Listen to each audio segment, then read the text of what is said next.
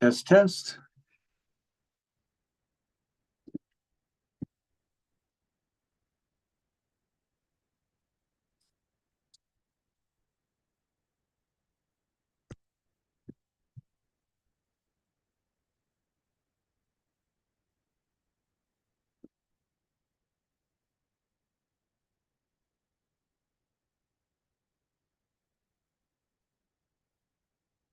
Test, test.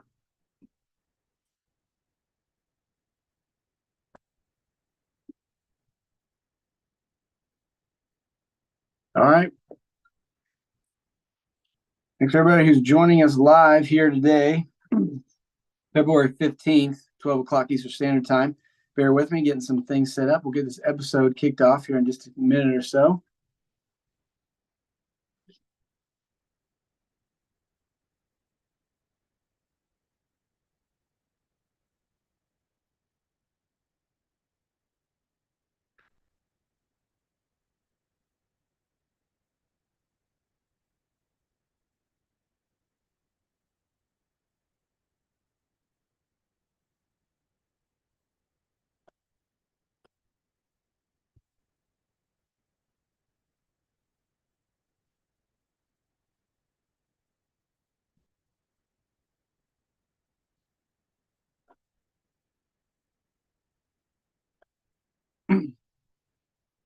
All right, if you're watching live on YouTube, look in the chat. There is a link to Zoom. We're over here live on Zoom. And after the episode's over, we'll stick around. Love to meet you, hear more about your thoughts on the things we get into today.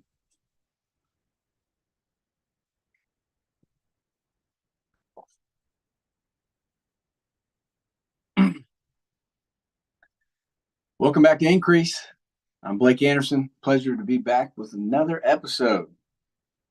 You know, in this podcast, we say that we take spiritual principles and we learn how to apply them to get the natural results that the Bible promises. And today will be no different. We're going to take some spiritual principles. We're going to apply it to our leadership so that we can get increase in our life. We can take our companies, our organizations, our teams to the next level. And that's my prayer for you.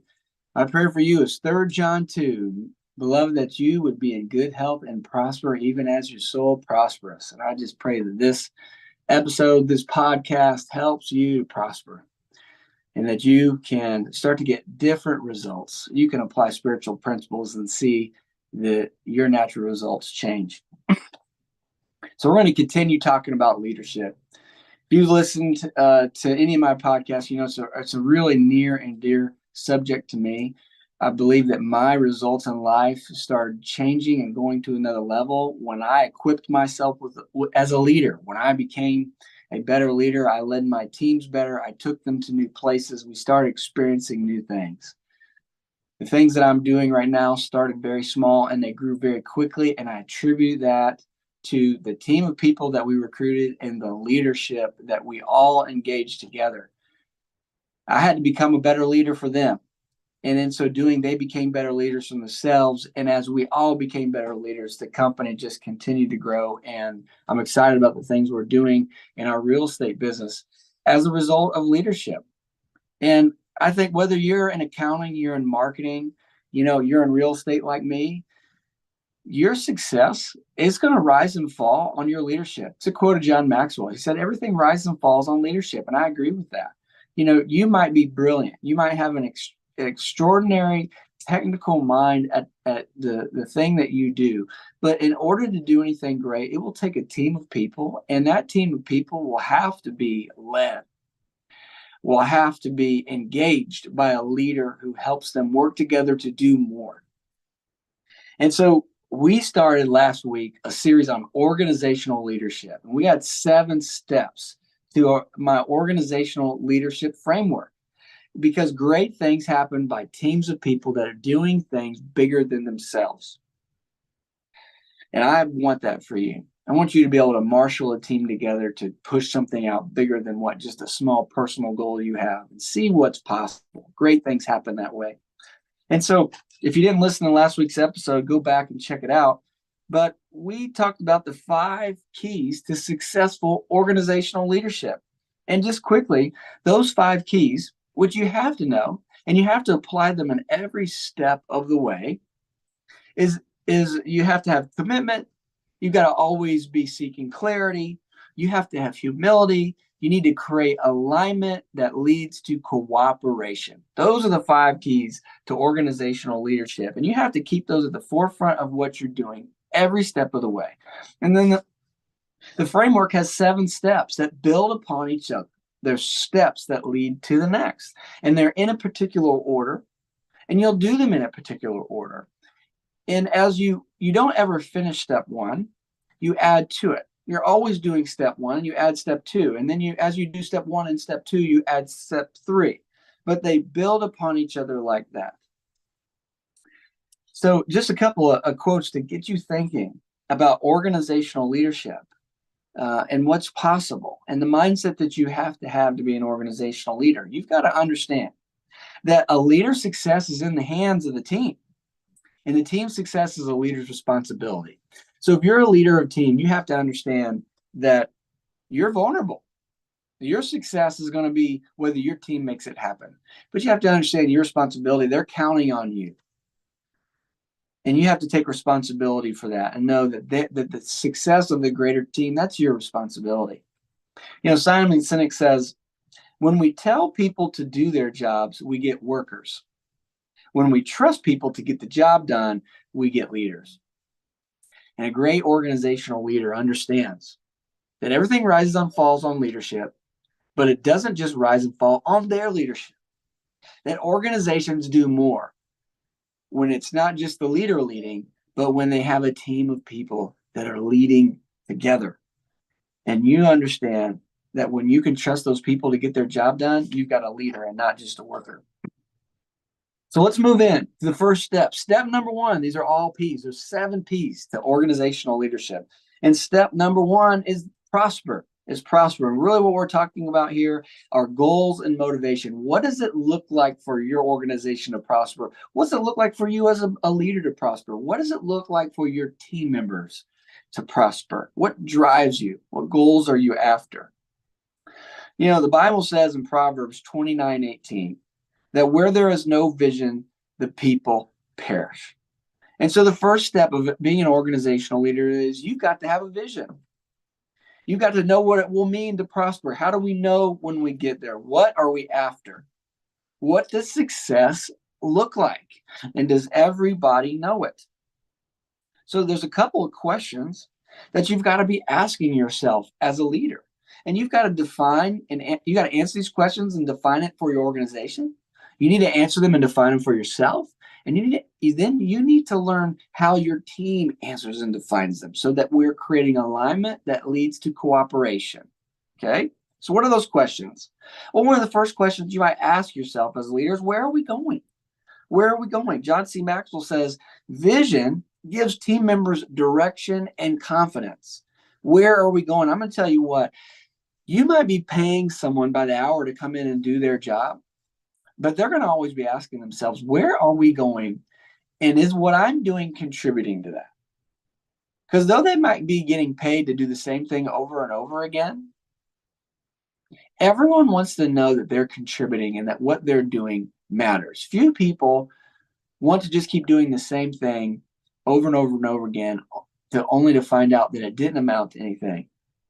Second quote was, we're asking ourselves, where are we going? Yogi Berra said, if you don't know where you're going, you'll end up somewhere else. Isn't that the truth? Oftentimes in business and on teams, people just get super busy doing, only to find out they ended up somewhere else. That the things that they were doing didn't even get us there. So what was the point? So you, organizational leader, got to be thinking, where are we going? And you got to be able to communicate that vision to everyone on your team. And that's the first step before you do anything else. Before you build your team, before you create the process, before you create a plan, you've got to know, where are we going? What does success looks like? What's the vision that we are after? What goal are we trying to accomplish? You need to know that for the organization you're in. You might be a mid-level manager that find yourself in the middle. Well, for you to be successful, you got to know, where's the company going? And then you've got to find out, where's my team going inside of the company vision? And then maybe, where am I personally going inside of all of that? Second question you ask yourself as you're trying to define success or really define your prosper is, what is the goal? Napoleon Hill said, desire is the starting point of all achievement. Desire is the starting point of all achievement. What are we trying to accomplish here? Take the time to define that. Know how the company defines it. Know how your team needs to define success, and define it for yourself, right? Next question that you could ask yourself is, why do we even want those things? Because the why matters. The why matters. There's going to be long and lonely days on the path to success. And when things get hard, oftentimes what it takes to push through is knowing, why do I want this in the first place? Elon Musk says, people work better when they know what the goal is and why. And I totally agree. Don't you want to know why you're even doing something? And when your team leader, your boss, the CEO says, we want to accomplish this today, aren't you naturally thinking, well, okay, why? People want to know why. Empower your team with why. Why are we trying to accomplish this? Simon Sinek says, regardless of what we do in our lives, our why, our driving purpose, cause, or belief never changes. It never changes.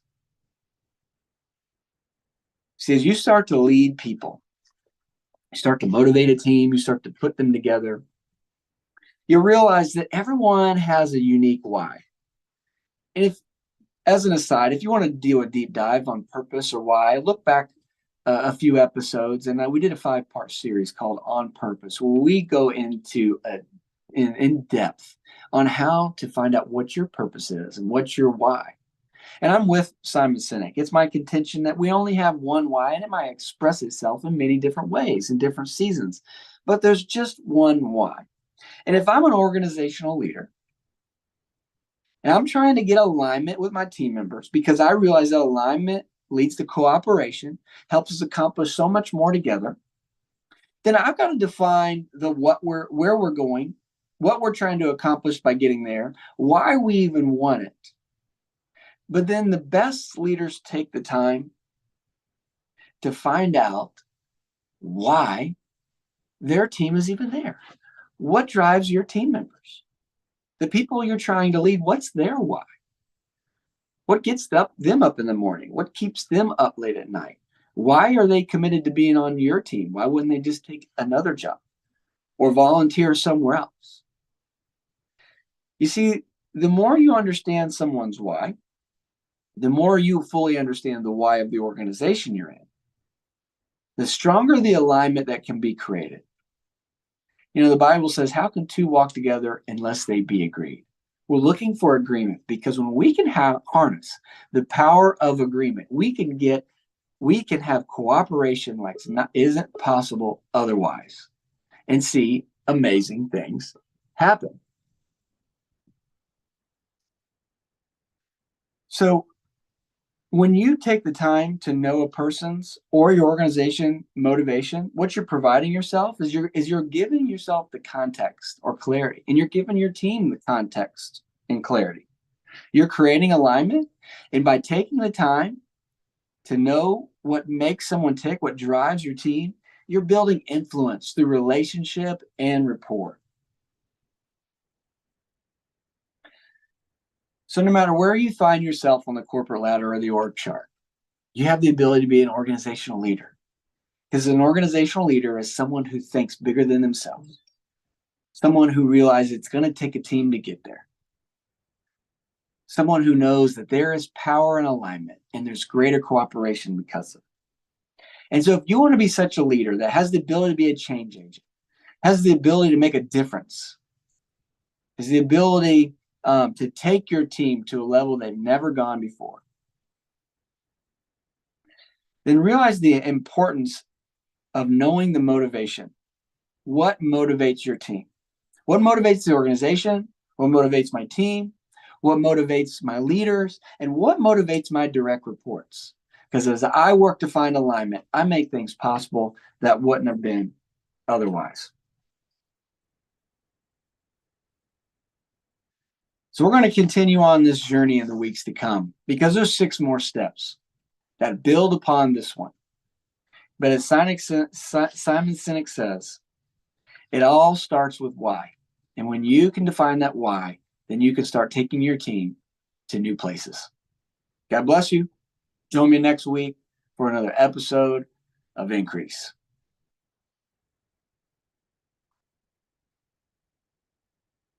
Okay, if you're on YouTube, look in the chat, click the link. I'll be around for a few more minutes on Zoom. Love to meet you.